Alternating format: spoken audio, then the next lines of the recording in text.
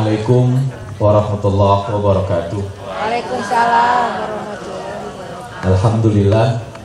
Alhamdulillahilladzi anzala sakinata fi qulubil mu'minin liyazdadu imanan ma'imanihim walillahi junudus samawati wal ard wa kana Allahu aliman hakima. Asyhadu an la ilaha illallah wahdahu la syarikalah wa asyhadu anna Muhammadan abduhu wa rasuluhu la nabiyya ba'da. Allahumma shalli ala sayyidina Muhammadin wa ala alihi wa sahbihi wa ansorihi wa junudihi wa man tabi'ahu bi ihsan ila yaumiddin. Yang saya hormati para bini sepuh yang hadir pada acara pengajian ayeuna, kemudian dari majelis ulama, para alim ulama, kemudian juga ketua DKM Masjid Al-Falah, dan juga Pak Kades baru ya Desa Warga, pengurus RT RW yang hadir pada saat ini, serta jamaah yang hadir kebanyakan adalah ibu-ibu. Alhamdulillah segala puji bagi Allah yang mana pada siang atau pagi hari ini duha kita bisa berkumpul di lapangan untuk sama-sama tholabul ilm ya. Dan semoga Allah senantiasa meridhoi dan berkahi. Namun sebelumnya izinkan saya untuk memperkenalkan diri biar wiosnya bahasanya campur ya. Ya. Ya, nama saya Darlis Fajar, SS sebenarnya, bukan SSI. Ini salah ketik nih mungkin. Ya, lahir di Jakarta 15 Januari 1970, anak ke-13 dari 17 bersaudara. Alhamdulillah, astagfirullah. Emang mak saya salah apa? Astagfirullah. Alhamdulillah. Karena baginda Rasulullah suka dengan umat yang banyak begitu. Ya, satu bapak satu ibu, 17 itu. Nah, sekarang tinggal salapan. Ya kan usia terus nambah dan ternyata emang jatah hidup juga dibatasi oleh Allah. Saya berangkat ke Bandung tahun 90, SD, SMP, SMA di Jakarta. Berangkat ke Bandung karena terima di Unpad, Sastra Arab Unpad. Makanya gelarnya SS. Senang sekali gitu. Sastra, sarjana sastra. Sekarang sudah tidak ada, sekarang jadinya sarjana humaniora. Kemudian berangkat dari Jakarta ke Bandung dengan moto hidup itu dari pantun yang saya ambil, sekali mendayung 2-3 pulau terlampaui. Saya ubah, sekali menal wanita 2-3 tahun skripsi tertunda. Jadi saya berangkat ke Bandung itu dengan semangat jomblo. Kenapa? Karena jomblo bagi saya bukan nggak laku, jomblo bagi saya adalah pilihan. Jadi saya memilih untuk jomblo, saya langsung menikah, itu lebih aman ketimbang pacaran dulu. Alhamdulillah dapat orang Turki, 96 saya menikah masih mahasiswa, dapat orang Turki, turunan kidul. Tasikmalaya, dekat Ciamis. Alhamdulillah ternyata istri saya anak ke-6 dari 12 bersaudara. Ya. Dan sekarang baru punya anak 4. Ya, punya 4. Usaha jalan terus insya Allah. Karena yang ngasih adalah Allah Subhanahu wa ta'ala. Istri orang Sunda, saya orang Minang. Jadi punten kalau bahasa Sundanya suka kasar atau campur-campuran lah ya. Wiosnya insya Allah 30 tahun sudah di Bandung insya Allah. 30 tahun di Bandung. Jadi anaknya Padang Sunda gitu. Sukanya Minang sebenarnya bukan. Kalau sukunya tuh Minang, kota Padang. Hari ini kita akan bicara tentang rumah tangga ya. Bervisi. Sebenarnya kalau kita perhatikan dalam Al-Quranul Karim, Allah sudah menceritakan 3 tipe keluarga. Artinya keluarga yang ada di dunia sampai dengan hari kiamat, 3 tipe ini. Dan Allah mencontohkan cuma satu surat Al-Lahab. Tabat yada abi lahabi wattab ma agna anhu maluhu wa ma sayasla naron zatalahab. Dua-duanya istri dan suaminya ini, Abu Lahab dengan istrinya, masuk neraka kata Allah. Kenapa? Karena dia menghalang-halangi orang untuk beribadah. Karena dia menghalang-halangi orang untuk menjadi orang yang baik, beriman pada Allah SWT. Nggak banyak, hanya itu. Sama seperti kalau kita lihat tipe manusia Allah ceritakan dalam Al-Quran Karim. Tipe manusia yang pertama beriman, cuma 5 ayat. Alif lam mim, dzalikal kitabul la raiba fihi hudal lil muttaqin. Masuk ciri orang mukmin. Alladzina yu'minuna bil ghaibi wa yuqimuna sholata wa mimma razaqnahum yunfiqun. Walladzina yu'minuna bima unzila ilaika wa ma unzila min qablik wa bil akhirati hum ulaika alaihim hudan min rabbihim wa ulaika humul. Hanya 3 ayat. Alif lam mim hanya Allah yang tahu artinya. Zalikal kitabul la raiba fihi hudal lil muttaqin, untuk menunjukkan bahwa Al-Qur'an ini tidak ada keraguan di dalamnya. Tetapi tentang tipe manusia yang Allah ceritakan tentang orang beriman cuma 3 ayat. Masuk kepada kafir hanya 2 ayat. Innal ladzina kafaru sawa'un 'alaihim anzartahum am lam tunzirhum la khatamallahu 'ala qulubihim wa 'ala sam'ihim wa 'ala absarihim ghishawah wa lahum 'adzabun 'adzim. 2 ayat tentang orang kafir. Dari ayat 8 sampai dengan ayat 20 tentang orang munafik. Wa minan nasi may yaqulu amanna billahi wa bil yaumil akhir wa ma hum bimu'minin. Yukhadi'una Allah wal ladzina amanu wa ma yakhda'una illa anfusahum wa ma yash'urun. Fi qulubihim maradun fazadahumullah marad. Wa lahum adzabun alim bima kanu yaksibun. Terus sampai dengan ayat 20. Di ayat 21-nya Allah tegaskan Allah suka dengan tipe orang yang mana. Kata Allah, ya ayuhan nas u'budu rabbakumul ladzi khalaqakum wal ladzina min qablikum la'allakum. Hai manusia, kata Allah, sembahlah Allah. U'budu rabbakum, sembahlah Tuhan yang telah menciptakan kamu dan orang-orang sebelum kamu, la'allakum tattaqun, agar kamu jadi orang yang bertakwa.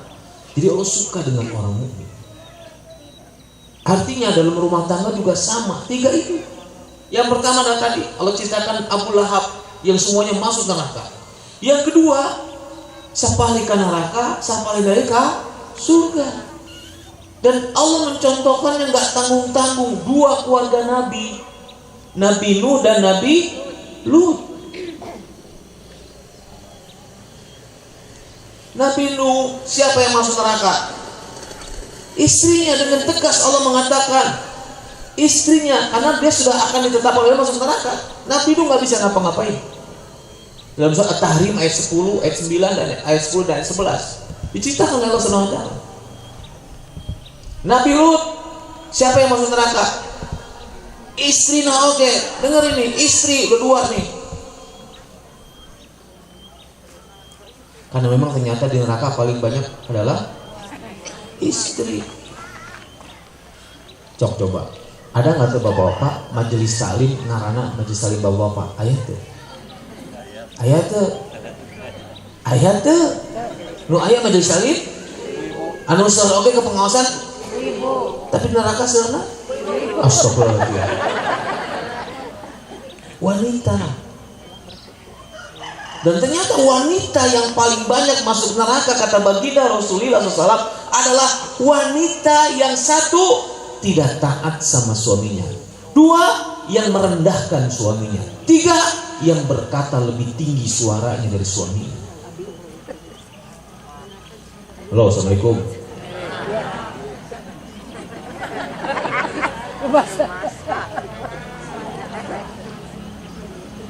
Ini maka kita bicara tentang rumah tangga yang bervisi apa? Cuma 1 visi kita oleh Allah, diajarkan kita, diarahkan oleh Allah dan baginda Rasulullah SAW apa? Bervisi akhirat, bervisi Maka disebut baiti. Bukan di rumah itu ada surga, bukan. Tapi di rumah itu ada aktivitas, ada amalan-amalan yang mengantarkan orang yang di rumah itu masuk surga.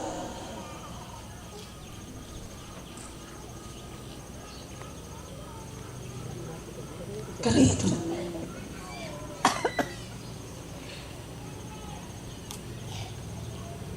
Tipe keluarga yang kedua selain Nabi Nuh, Nabi Lut, Allah contohkan lagi siapa? Fir'aun. Istrinya masuk surga karena Siti Asia. Ini penting biar ibu-ibu bapak-bapak tahu, masyarakat jadi tahu ternyata Siti Asia bersuamikan Fir'aun. yang membangkang kepada Allah, yang dia sangat-sangat mengaku Tuhan sebagai Tuhan yang besar. Ana rabbukumul a'la. Begitulah Firaun berkata, aku ini Tuhanmu yang tinggi, rabbukumul a'la. Tetapi istrinya Siti Asia luar biasa. Kita lihat, Siti Asia ini disayang benar oleh Firaun. Kenapa? Dalam kisahnya, Siti Asia minta diizinkan untuk memelihara bayi yang ditemukan di tempat pemandian, betul nggak? Bayinya laki-laki bukan? Saat itu Firaun sedang apa? Membunuh semua bayi laki-laki karena ada ramalan dia akan ditumbangkan kekuasaan oleh orang yang baru lahir. Maka semua bayi laki dibunuhin semua. Artinya ketika istrinya minta untuk dipelihara bayi yang ditemukan laki-laki, diizinkan gak sama Firaun? Diizinkan gak? Gak mungkin dia akan mengizinkan sesuatu yang membuat dia akan hancur kekuasaan kalau dia tidak sayang sama istrinya.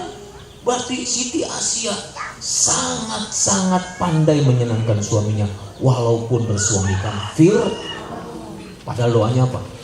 Dia berdoa pada Allah, ya Allah bangunkan aku rumah di surga dan aku berlindung dari kezaliman Firaun.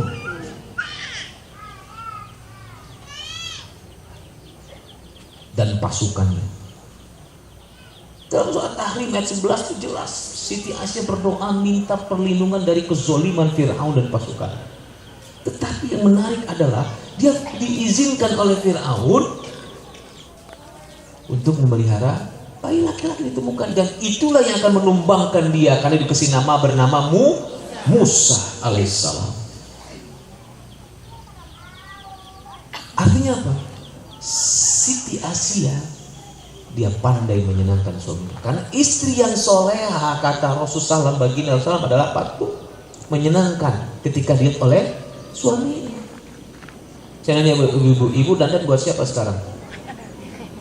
Halo, assalamualaikum, ibu dandan buat siapa? Suami. Buat suami. Mana suami ibu mana? Buat suami, buat ustadz.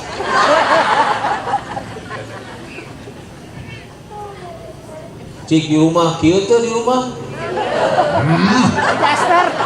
Haram air dia.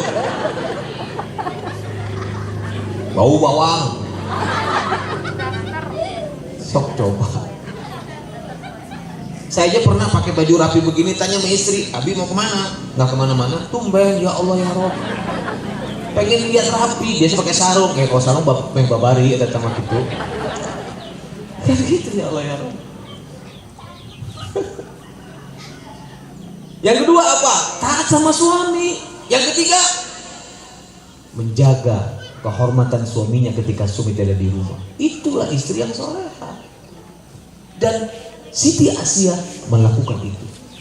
Maka yang dia curhatkan kepada Allah bukan tentang suami, karena suami itu kedudukan. Suami itu bukan orang. Suami itu kedudukan yang harus dihormati oleh seorang istri. Karena pintu surga seorang istri adalah ridho suaminya.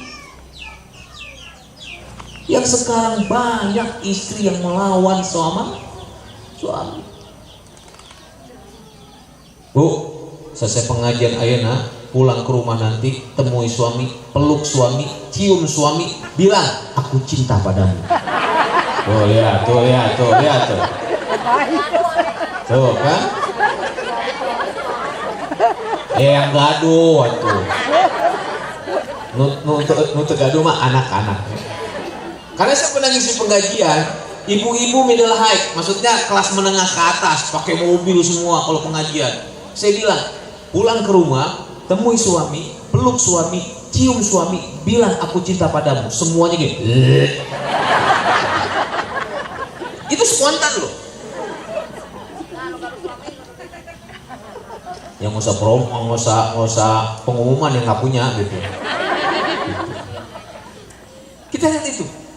Kenapa kayak begitu? Bahkan ada seorang anggota jamaah majelis taklim ibu pakai kerudung, selesai saya ceramah, Kang Dalis, dia manggil saya Kang Dalis, kaget saya, kenapa? Oh ternyata teman waktu kuliah, teman seperguruan silat. Dulu nggak berjilbab, sekarang udah berjilbab. Saya kan nggak tahu, wajahnya juga udah berubah, dah biasa kan, usia kan termakan wajah. Gitu. Karena ini saya. Terus, oh baru saya ingat, punten nggak tahu nggak apa. Terus saya cerita, saya mau nanya apa? Saya ingin cerai dengan suami saya. Kenapa? Emang suami kamu ada masalah? Enggak. Secara nafkah jalan, secara ekonomi alhamdulillah punya rumah banyak, mobil satu-satu, anak juga dapat. Subhanallah. Terus apa lagi masalahnya? Ternyata dia masih kasuan-suat dengan cinta pertamanya. Cinta pertamanya itu sampai sekarang yang laki-laki itu belum nikah, dia masih menunggu. Luar biasa Pak Ustadz, kata dia begitu. Luar biasa, dia masih setia sama saya. Saya bilang, teman kamu itu bukanlah teman kamu, tapi jurik, saya bilang. Kenapa? Merusak rumah tangga orang. Makanya jurik itu paling banyak di warung kopi itu. Serius ya, cek meser kopi anu diseduh, teu aya Pak Ustadz, nu aya nama diseduh, nu mana nu aya teh, ieu sasetan, jurik aku. Jurik nama bahasa Indonesia. Setan. Bahkan dalam surat Al-Mujadilah bagaimana Allah langsung mengatakan qad sami'allahu qaulal lati. Allah telah mendengar keluhan para istri-istri sahabat yang mengadukan kepada Rasul tentang perlakuan suami terhadap dirinya. Allah telah mendengar langsung. Itu tentang bab zihar. Membandingkan bentuk fisik isi dengan ibu kandungnya, nggak boleh disama-samakan. Punggung kamu mirip punggung ibuku, itu zihar itu.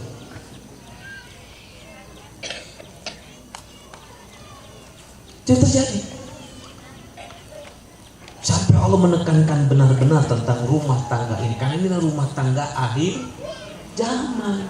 Setelah Rasul nggak ada lagi Nabi, khataman Nabiyyin baginda Rasulullah SAW. Maka rumah tangga dibangun baginda adalah rumah tangga sampai dengan hari kiamat, menjadi contoh teladan. Laqad kana lakum fi Rasulillah uswatun hasanah. Makanya tipe keluarga yang berikutnya, yang ketiga adalah tipe keluarga yang seluruhnya masuk surga, dan itu dicontohkan oleh Allah SWT dalam Al-Qur'an Karim. Dua keluarga besar, yaitu baginda Rasulullah SAW dan keluarga Nabi Ibrahim alaihi salam. Makanya sholawat kita pada dua itu. Allahumma sholli ala Sayyidina Muhammadin wa ala ali Sayyidina Muhammad kama sholaita ala Sayyidina Ibrahim wa ala ali Sayyidina Ibrahim. Dalam Al-Quran yang ada kata-kata uswatun hasanatun, dua nabi itu, baginda Rasulullah dengan Nabi Ibrahim alaihissalam, dengan kata-kata uswatun hasanatun. Bukan berarti nabi-nabi yang lain tidak ada contoh, cuman yang ditekankan dalam Al-Quran tentang contoh yang teladan itu adalah dua nabi ini. Karena dia mampu membawa keluarganya seluruhnya masuk surga. Makanya disebutkan wa ala ali. Wa ala ali itu maknanya dan seluruh keluarga mereka. Siapa? Baginda Rasulullah dengan Nabi Ibrahim alaihissalam. Makanya kita harus menghormati keturunan baginda kan? Yang disebut dengan para habib, ihtiram gitu.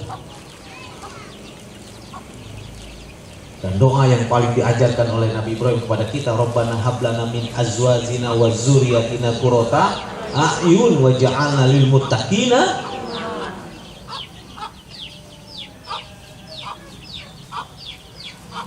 Lalu bagaimana agar kita bisa membangun visi akhirat? Inilah masalahnya.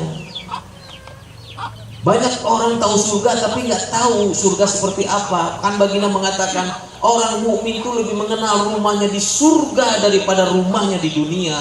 Lebih mengenal rumahnya di surga daripada rumahnya di dunia. Artinya orang beriman dia akan tahu tentang surga dengan segala macam bentuknya.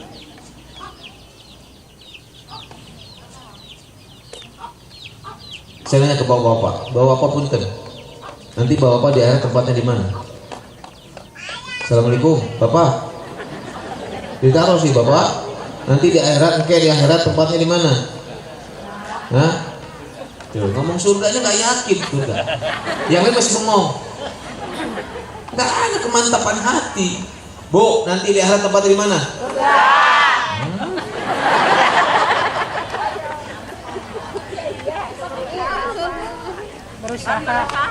Iya, mohon.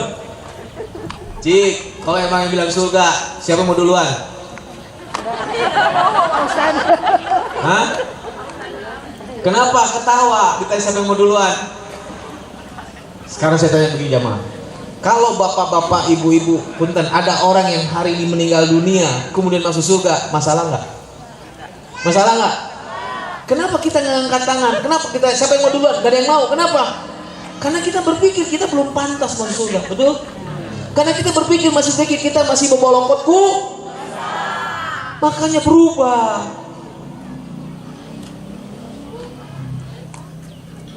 Ada berapa tingkat surga?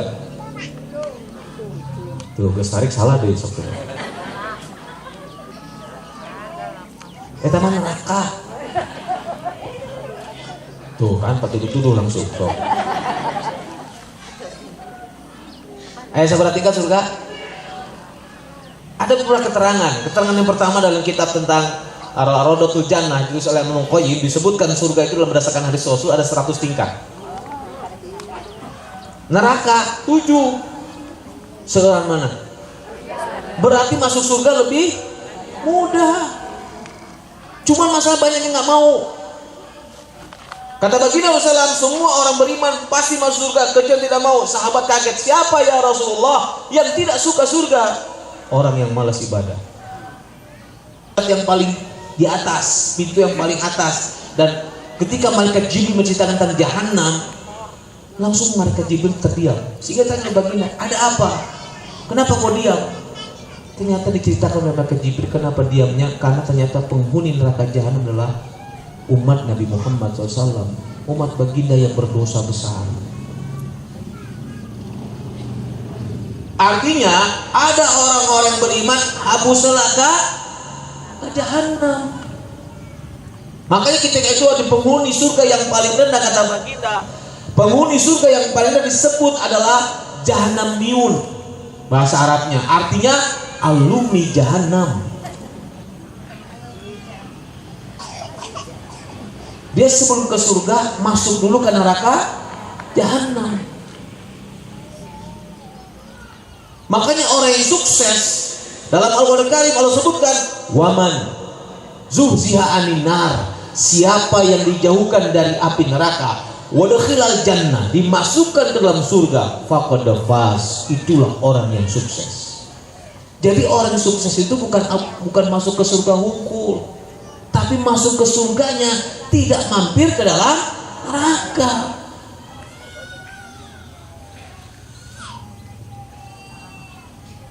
Berarti ada orang beriman masuk neraka? Ada. Siapa dia? Beriman yang berdosa. Dia masih ada secercah keimanan, dia masih bertauhid pada Allah, tetapi dia kelakuan dan tingkah lakunya banyak sekali maksiat dikerjakan.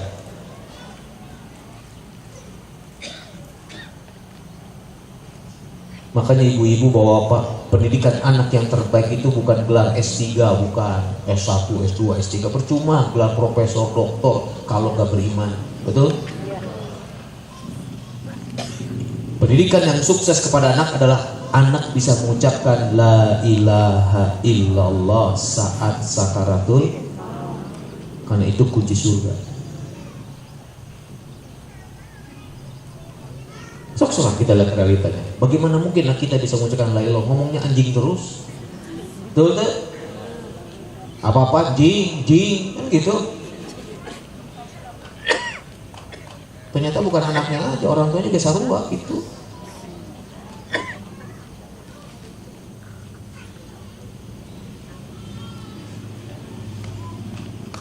Kan iman itu 3, diucapkan dengan lisan, diyakini dalam hati, dibuktikan dengan amal, itu baru iman. 3 ini, kalau nggak ada 3 ini, salah satu nggak ada, belum beriman.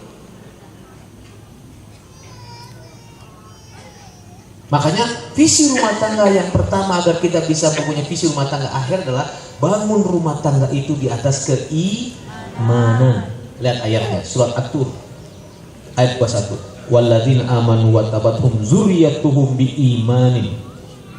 Dan orang-orang yang beriman serta anak cucu mereka yang mengikutinya dengan keimanan, biimanin, dengan keimanan, alhaqna bihim dzurriyyatahum, Allah akan kumpulkan lagi di surga dengan anak cucu mereka. Jadi rumah tangga yang bervisi yang pertama dibangun di atas iman. Iman itu tiga tadi, dibenarkan dalam hati, diucapkan dengan lisan, dibuktikan dengan amal perbuatan. Kita bisa melihat dia beriman ketika sudah ada amalan, betul tidak? Dia ngaku beriman, tak ke masjid, mikir juga kita lama-lama, Islam bukan sih, tak ke masjid.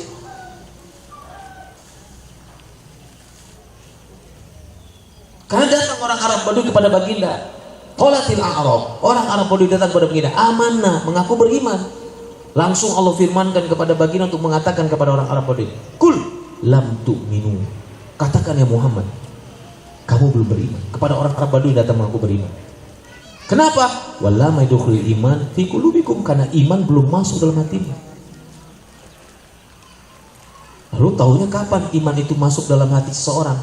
Lanjutan ayatnya, wa in tuti'ullaha wa rasulah, jika engkau taat kepada Allah dan Rasul, la yalidkum min a'malikum syai'a, maka Allah nggak akan pernah menyia-nyiakan perbuatan kamu. Jadi tahunya iman itu masuk dalam hati saat kapan? Saat melaksanakan ketaatan, saat beramal. Ngaku beriman pada Quran tapi terbiasa ngaus Quran, di mana iman itu? Sudah sepucat biasa ngaus Quran, kemana wungkul?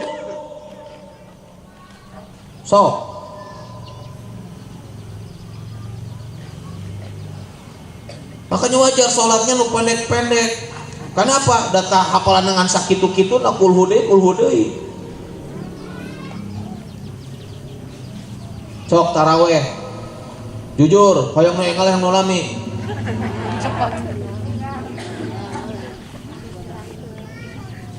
Orang kalau jatuh cinta, ketemu sama yang dicintainya, ketemu sama yang dicintainya, ingin lama, ingin sebentar. Nah, ayo sholat ingin lama, ingin cepet-cepet. Cinta sama Allah tuh.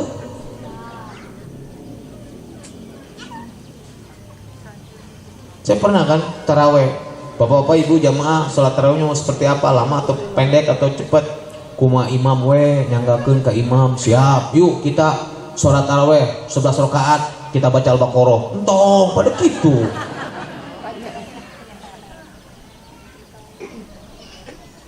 Kan liciknya gitunya.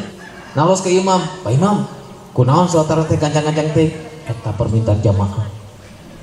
Ngomong ke jamaah, nahan sholat teh gancang-gancang teh? Eta kumaha imam we gitu. Ternyata kita nggak betah bersama Allah. Makanya wajar rumah tangga dibangun bukan dengan keimanan, kebanyakan dengan syahwat. Makanya hari ini kita dengar seorang ayah memperkosa anak kandungnya sampai hamil. 2 anak kandung putrinya diperkosa oleh kandungnya. Karena yang dibangun rumah tangga sekarang syahwat, bukan lagi keimanan. Orang tua nggak peduli anaknya mau sholat munte, nggak peduli. Yang penting bisa makan, bisa ngumpul, gitu prinsip. Mangan temangan si penting ngumpul, istilah begitu. Tidak, kita punya satu cara tadi kata Allah adalah bangun visi rumah tangga kita dengan bangun keimanan di rumah itu. Itulah disebut baiti janati, di rumah itu ada amal-amalan masuk surga.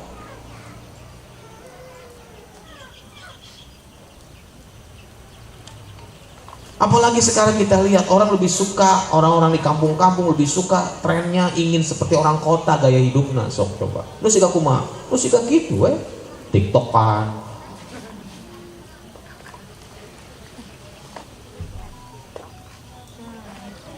Ya. Sebenarnya kalau kita pahamkan rumah tangga ini dengan keimanan, Allah udah cerita tentang apapun tentang kehidupan di dunia. Karena kita hidup dunia, kata kalau kita mendepan keluarga dengan keimanan, kita akan mantap di situ. Kenapa? Karena Allah sudah menceritakan apa itu dunia. Dan kita buka Al-Qur'anul Karim dari Al-Fatihah sampai Anas, 6.236 ayat, 114 surat, 30 juz, satu firman Allah, tidak ada satu firman Allah yang memuji dunia. Nggak ada. Yang ada Allah ceritakan apa itu dunia, mata'ul ghurur. Mata'ul qalil, kesenangan yang menipu, kesenangan yang sedikit. Lahun aw la'ibun, senda gurau dan permainan. Dunia itu darul ibtila, tempatnya ujian. Dunia akan dipergilirkan, suka duka, susah senang, bahagia derita akan dipergilirkan kepada semua yang ada di bumi. Boh beriman, boh itu akan dipergilirkan. Makanya orang beriman lebih siap mental. Orang beriman sudah tahu bahwa dunia itu kayak gitu. Begitu dapat kesusahan, dia bersabar, dia bertahan dengan keluarganya.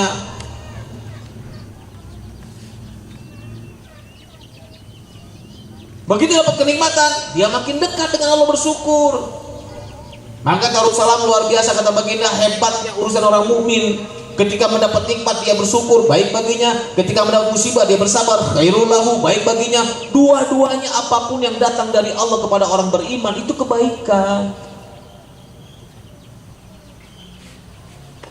Sehingga gak ada dia suuzon kepada Allah. Seorang banyak sekarang ngaku beriman pada Allah sudah mulai curiga dengan Allah. Allah gak adil, tega Allah. Para Allah mengatakan Allah walilladzina amanu, Allah pelindung orang-orang beriman.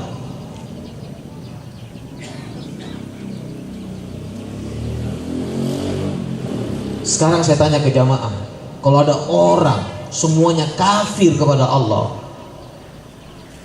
akan berkurang nggak kemuliaan Allah? Akan berkurang nggak?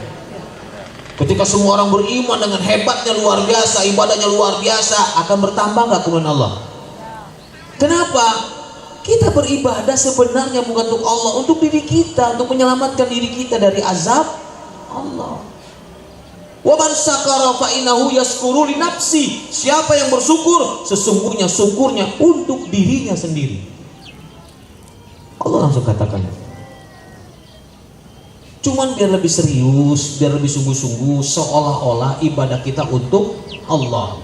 Kunu Rabbani, jadilah kamu beribadah kepada Allah SWT. Binasi Rabbani, ubudullaha, sembahlah Allah, ibadahlah kepada Allah. Wa ma khalaqtul jinna wal insa illa liya'budun, agar kita lebih memantapkan benar bahwa hanya Allah yang pantas disembah, hanya Allah yang sebaik-baiknya pembalasan.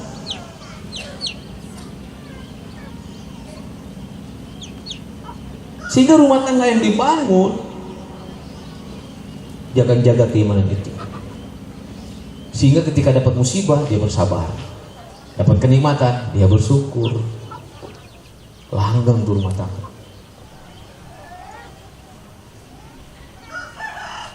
Ya.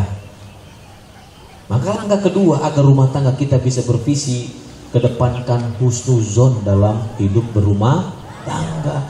Jangan curigaan mulu sesama suami, sama istri, sama anak-anak. Ya Allah ya Rabb. Saya punya teman, dia nggak pernah memandang negatif anaknya. Dia mengatakan anak adalah mutiara saya. Padahal anaknya banyak orang komentar bohong lah, bahkan sudah mulai nggak bermoral lah begitu. Karena suka gambar-gambar porno segala macam. Tapi dia tetap husnuzon. Dia tetap. Dan apa yang terjadi sekarang? Subhanallah, anaknya rajin sholat semua, bahkan hafalannya sudah sekian juz. Yang dulu disebut porno, yang suka porno berubah total. Kenapa? Doa orang tuanya optimis kepada Allah, nggak pernah husnuzon, nggak pernah suuzon, selalu husnuzon sebagaimana dicontohkan oleh Nabi Nuh alaihissalam. Nabi Nuh walaupun Allah sudah katakan istrinya masuk neraka, bahkan anaknya juga sama Kan'an, tetapi Nabi Nuh nggak pernah suuzon kepada keluarganya. Selalu dia beroptimis kepada Allah, ya Allah, biar anakku selamatkan. Iya ya Allah, ketika akan dimakan oleh air bah. Apa jawaban Allah? Laisa min ahlika ya Nuh, dia bukan lagi keluargamu ya Nuh, karena amalannya berbeda. Tetap di situ diajarkan oleh Allah kepada kita dari Nabi Nuh adalah dia nggak pernah suuzon. Detik-detik terakhir anaknya akan mati sekalipun, dia tetap optimis pada Allah untuk menyelamatkan anaknya.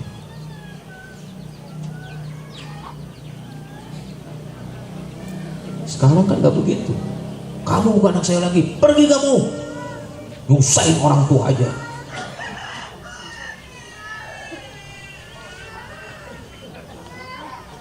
Banyak itu. Imam Sudaisi cerita dia jadi imam Mekah itu awalannya adalah ketika dia melakukan sebuah kesalahan. Kue bolu yang dibikin ibunya ditaburin pasir. Ibunya marah. Ukhrut anta, keluar kamu. Semoga engkau menjadi imam Masjid Haram. Bayangin, marahnya nyarekannya doa. Mun ayeuna mau diurang kitu, borokokok lah. Ontohot lah pokoknya. Luar kabeh kata-kata itu. Itu doanya, semoga Allah menjadikan kamu imam Masjidil Haram, dan jadi imam Masjidil Haram. Imam Sudaisi. Maka jangan nonton maling kundang, orang tua ngutuk anaknya, nggak ada itu dalam Islam. Makanya hati-hati perkataan ibu, jangan sampai sembarangan keluar kata, karena itu doa.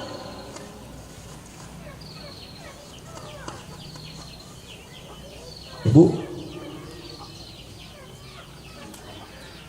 Makanya yang kedua, husnuzon. Lihat ayatnya. Allah telah menyediakan surga seluas langit dan bumi lil muttaqin, untuk orang-orang yang yakin, untuk orang-orang bertakwa. Siapa? Alladzina yunfikuna fis sarra wal qalina wa afina aninas. Lihat. Untuk orang-orang yang senantiasa berinfak di kala sempat maupun di kala susah, dan orang yang menahan marah dan yang memaafkan kesalahan orang lain. Batur oge dimaafkan, iya keluarga sorangan, suami sendiri, istri sendiri, teh kata maaf, sok coba. Keheul start, geus kumpul di dia, tinggal gitu. Karena istri itu oleh Allah diberikan satu tabiat, never forget, bahasa Inggris teh, no never forget teh, tidak lupa. Sementara suami dikasih tabiat oleh Allah, never remember. No, never remember teh. Pohon. Yang ini pohan wae, yang ini selalu ingat, emutan wae, nikah cocok tuh. Pasangan yang ideal tuh. Hah? Kalau ideal tong protes matakna, protes wae teh. Bapak mah pohon. Makanya dari komite nikah sampai anak hafal kene kesalahan bapak, hafal kene. Makanya ngomongnya susah, nggak lagi aku cinta padamu. Hese. Akhirnya begitu istri teh, Pak mau ngomong apa? Terjadi ketaang, gitu. Kenapa? Dah pasti gitu. Percuma ngomong deh, dah apal deh, gitu. Dah apal tuh, inget kene. Padahal itu ladang amal istri mengingatkan suami. Saya ngomong ke istri saya, Umi harusnya bersyukur. Umi dapat ingat yang banyak luar biasa. Jadi ingetin hati terus kalau habis salah. Nya, mesti yang diingetin nggak pernah sadar gitu katanya.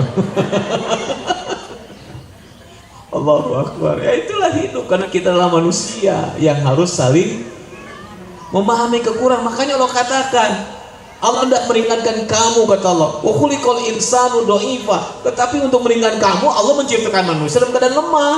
Agar apa? Agar saling mengisi. Agar cinta yang bermain, bukan emosi. Nggak akan mungkin dia kalau nggak punya cinta, akibatnya dia nggak akan suuzon. Nggak akan husnuzon, selalu suuzon. Meriksa baju suaminya, ayah rambut panjang, dia rambutnya pendek, dia rambut saha. Dia suaminya nggak tahu kan? Dan 3 hari kemudian periksa lagi, kamu lagi rambut galing, dia sahadai. Tas pas berikutnya diperiksa lagi, nggak ketemu rambut sehelai pun, tetapnya curiga. Akhirnya botaknya, gitu. Karena sudah curiga. Ya Allah ya Rabb. Begitu juga dengan suami, jangan bawaannya emosian. Makanya suami itu singkatan. Mau diwartosan? SUAMI, suami singkatan eta teh. S nu kahiji naon? Sabar tah Bapak. Depankan sabar. Kadang-kadang kita capek tapi perlakuan di rumah enggak, ya sabar we. Namanya juga pemimpin. Gitu. Habis sabar apa? S, bis S apa? Usaha tah. Lu nyari duit teh, bapak-bapak. Anak muda sekarang nikah nyari istri yang sudah bekerja, ngebantuin ekonomi. Akibatnya apa? Nggak full dia melayani suami. Kenapa? Capek di luar dah kerja. Anak mau dititip pembantu. Udah gitu ibunya nyari pembantu yang jelek wajahnya, biar nggak saingan. Yang kedua nyari yang bodoh biar nggak nipu. Anak dititip kayak orang kayak gitu, kebayang gak?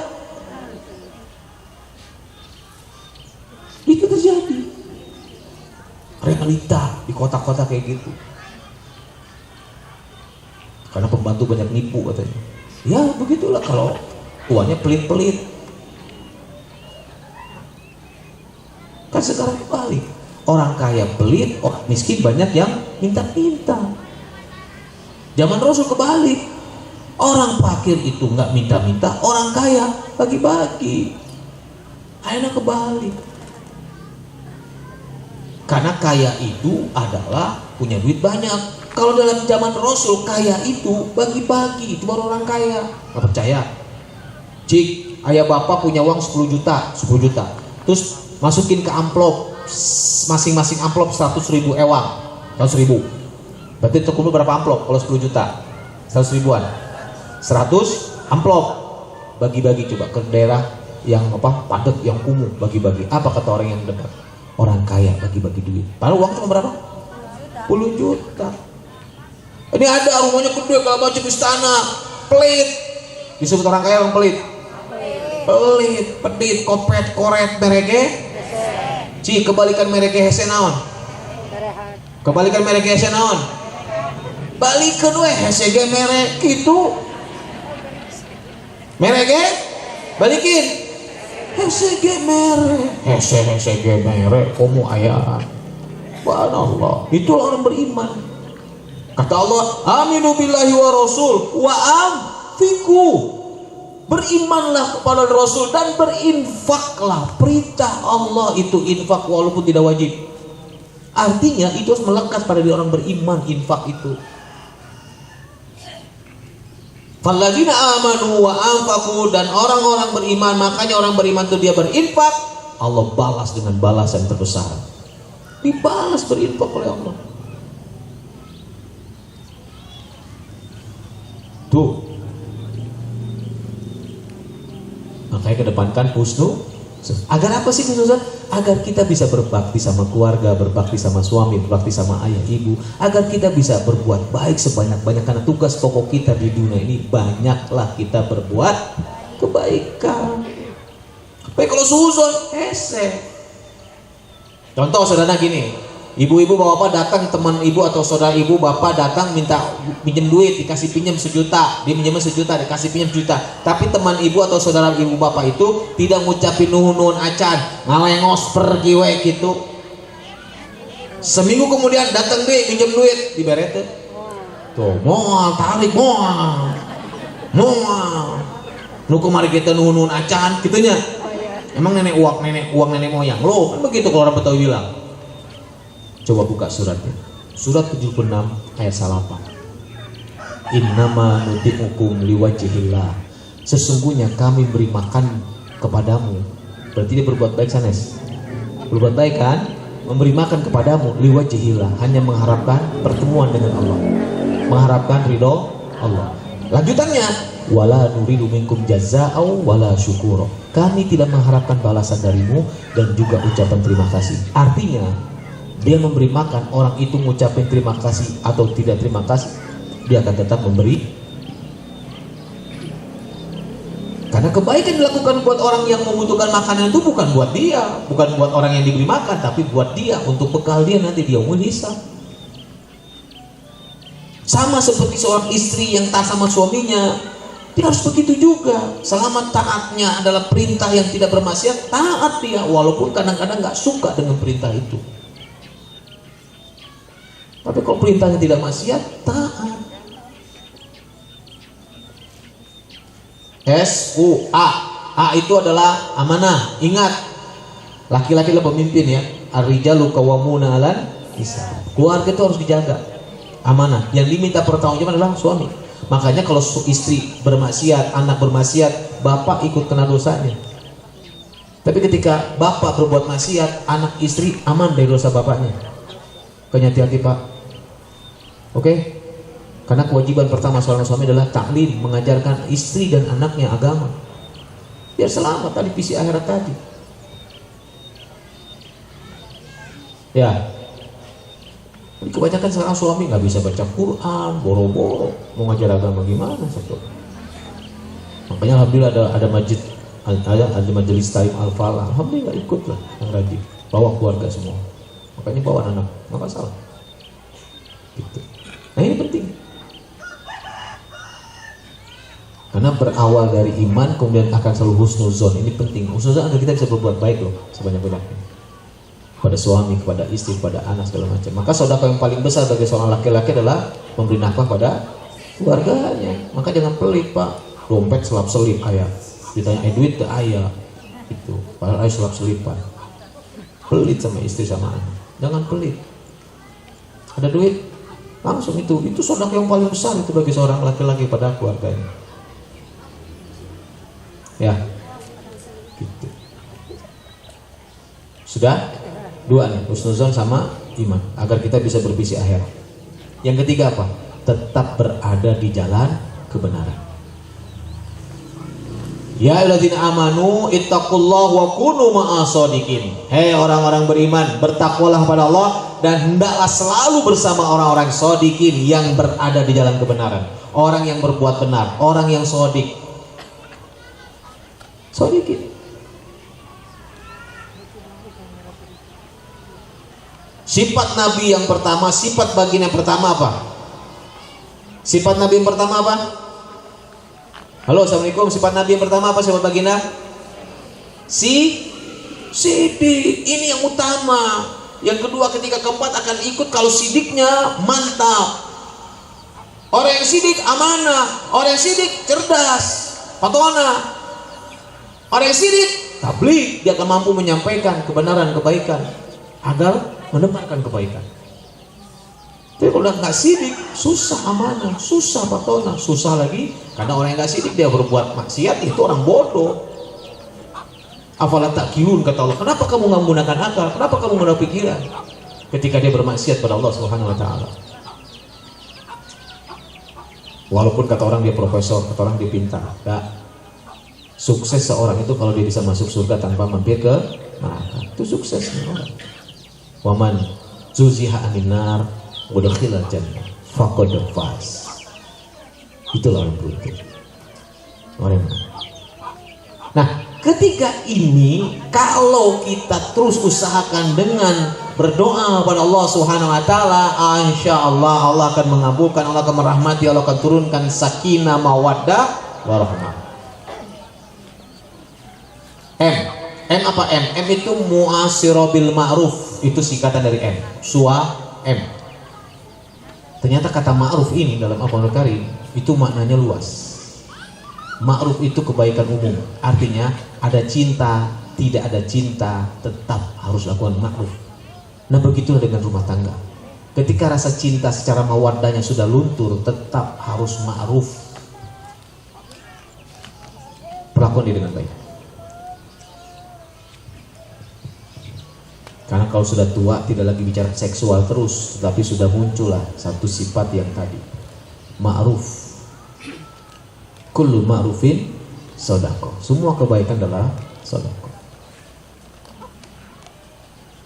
Ya, kenapa para ulama menganjurkan anak kita yang perempuan suruh menikah dengan orang yang soleh? Kenapa? Orang yang soleh, kalaupun tidak mencintai anak kita, dia tidak akan menyakiti anak kita, karena dia akan ma'ruf tadi, bergaul dengan baik, akan berlakukan dengan baik. M, terakhir apa? I, semua itu dalam rangka ibadah. Nah, kayak semuanya dalam rangka ibadah. Wa ma khalaqtul jinna wal insa illa liya'budun. Makanya semua aktivitas di rumah, baik mau bersihin rumah, segala macam, semuanya dalam rangka ibadah pada Allah SWT. Sehingga dia akan menjaga dari perbuatan maksiat. Itu suami. Udah cukup ya suami ya? Istri mau? Siap mental istri? Istri yang pertama ikhlas. Tah, kudu ikhlas. Tong protes wae. Itu nggak ikhlas itu. Ikhlas. Habis apa? S. Sabar, sempurna. Pak, lamun teu sabar-sabar teh istri mah geus bubar urang mah gitu teh. Kenapa apal keneh teh mimpi nikah juga ayeuna teh. Kan ada cerita datang seorang suami, Pak Ustadz, punten, kunaonnya istri saya teh jadi kitu, kunaon gitu. Nya waktu nikah awal mesra gitu teh, ayeuna mah jadi dingin. Cik. Hari ente teh nyarios naon wae ke istri teh, loba janjinya. Udah dipenuhi belum? Acan, tadinya ada emut kene istri mah. Makanya tong sembarangan janji. Sok penuhi segera janji satu persatu. Semua janji yang kamu janjikan ingat, kemudian laksanakan satu persatu. Subhanallah. 6 bulan kemudian ketemu lagi cerita. Alhamdulillah Pak Ustad, ayeuna mah masalah deui kunaon nyaho atuh udah janji dipenuhi semua. Makanya jangan ngombar janji hungkul dah suami tadi apa namanya tadi remember eta masalah. Wah, istri mah apa kene subhanallah. Makanya hati-hati Paknya. Tau ngobrol janji. Ini habis S T taat ta eta. Jadi kewajiban istri ngan hiji taat sama sampai baginda kalau Allah tidak melarang gitu kan akan disuruh sujud istri depan suaminya karena memang ridho suami harus dicari. Sampai digambar oleh baginda orang yang rajin ibadah, baca Quran hebat segala macam, tapi kalau suaminya tidak ridho nggak bernilai ibadahnya jadinya. Makanya hati-hati. Jadi bukan cuci piring, bukan masak, itu bukan kewajiban istri. Bukan. Beberes rumah, bukan. Kewajiban istri kan hiji non? Taat sama. Kalau kata suami, mah cuci piring, cuci piring.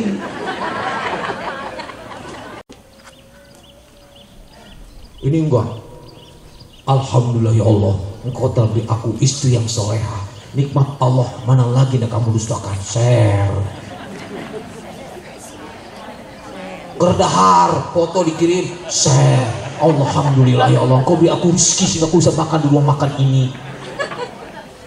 Gak semua orang punya duit, gak semua orang suka sama kita, dan kita mengundang dia untuk bersuuzon kepada kita. Pamer, norak.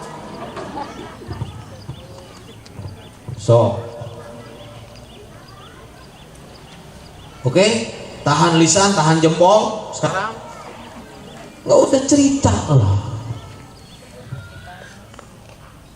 Memang kalau kita orang lain tahu keluarga kita baik, menambah mulia kita nggak? Nggak.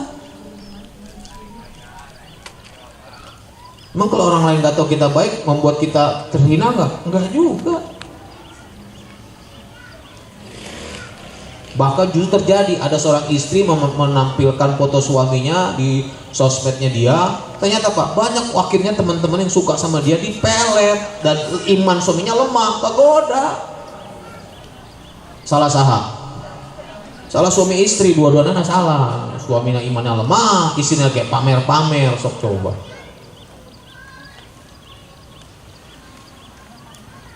Ya. Nah ini penting. Maka 3 hal ini harus kita lakukan dalam membangun rumah tangga. Apa tadi yang pertama? Iman. Yang kedua apa? Husnuzon. Yang ketiga apa? Berada di jalan kebenaran. Baru nanti Allah akan bantu kita, Allah akan tolong kita, Allah akan merahmati kita, Allah akan turunkan sakinah mawaddah. Bukan di rumah tangga itu nggak ada masalah, dia bisa menyelesaikan masalah.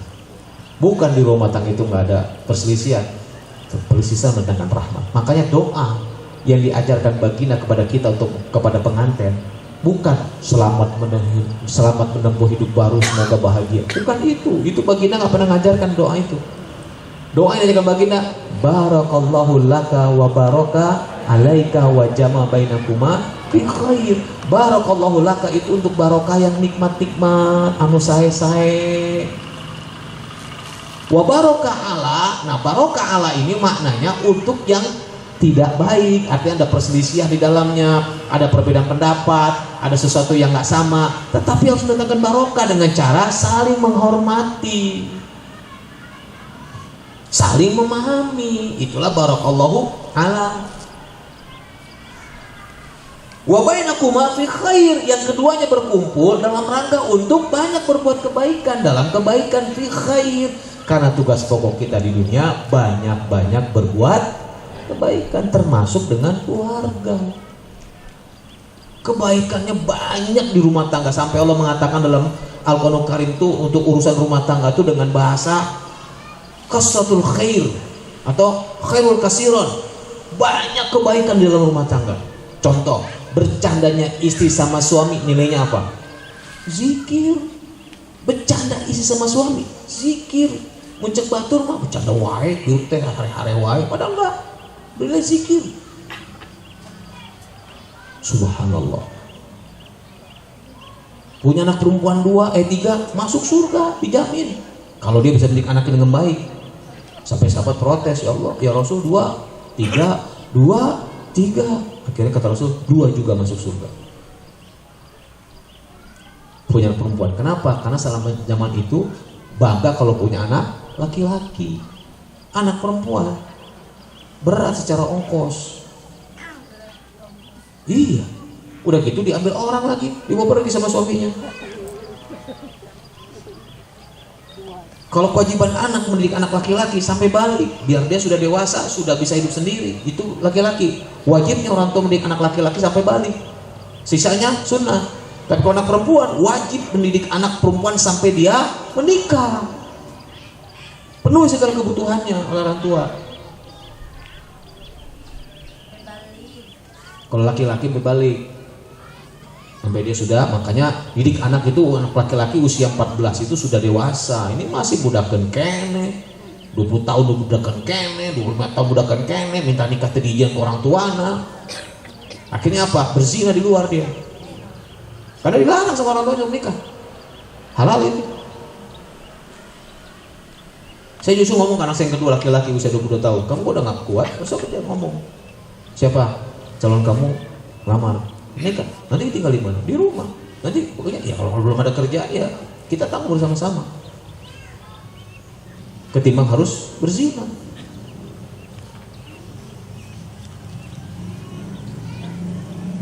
Kan gitu. Kan 22 tahun udah layak nikah belum? Ya. Udah kan. Dalam dunia pendidikan tuh 0 sampai 5 tahun balita disebutnya, betul? 6 sampai 14 13 tahun anak-anak. 14 itu remaja awal. 14 itu remaja awal, 21 tahun remaja akhir. Berarti dua-dua usia apa tuh? Tua, bukan dewasa, tua eta mah gitu. Biar anak kita biar punya pemahaman. Sehingga dia menyegerakan menikah dengan artian menyiapkan diri gitu, bukan tergesa-gesa, tapi memang sudah layak dia menikah gitu. Ya, antara siap dengan tergesa-gesa berbeda. Gitu. Ya, maka kita siap. Nah, kalau ini sudah kita lakukan, insya Allah jamaah rahimakallah, tinggal kita tawakal ala Allah. Makanya an-nikah nisfuddin, nikah itu setengah agama, setengahnya lagi tawakal ala Allah. Kita bertawakal pada Allah Subhanahu wa taala. Semoga Allah senantiasa merahmati, memberkahi, menurunkan sakinah, mawaddah, warahmah kepada keluarga. Dan mudah-mudahan nggak ada kata istilah keluarga bari atau keluarga baru.